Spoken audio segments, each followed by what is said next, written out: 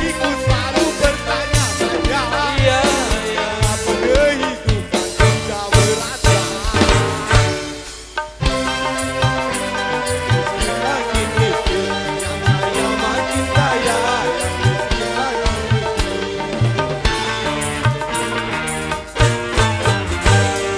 sekarang bukan milik golongan, juga bukan milik perorangan. Itu jangan seenaknya berkaya diri membagi buta. Seluruh harta kekayaan negara hanyalah untuk kemakmuran rakyatnya. Namun hatiku selalu bertanya-tanya, iya. kenapa kehidupan tidak berasa. Kaya makin kaya, yang miskin makin miskin. Yang kaya makin kaya, yang miskin makin miskin. BBSA.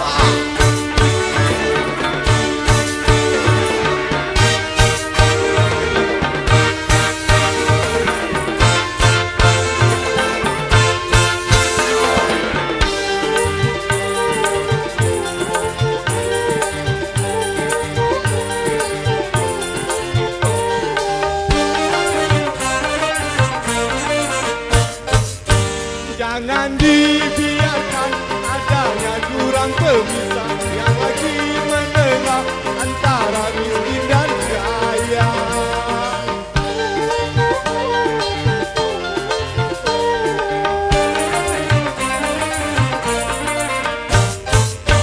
Hapuskan korupsi di segala birokrasi demi terciptanya kemakmuran yang merata. Bukankah cita-cita bangsa mencapai negeri makmur sentosa?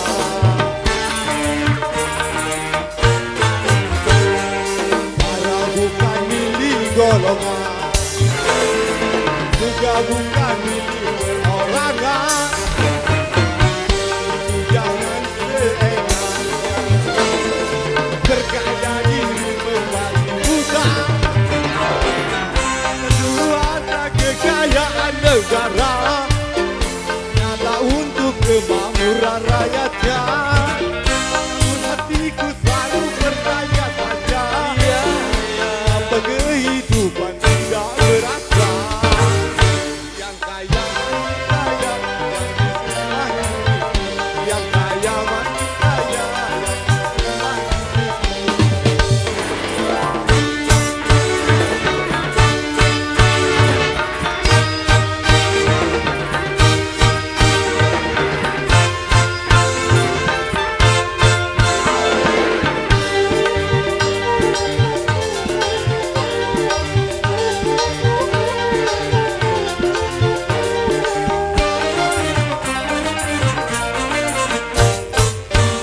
Hapuskan korupsi di segala birokrasi demi terciptanya kemakmuran yang merata.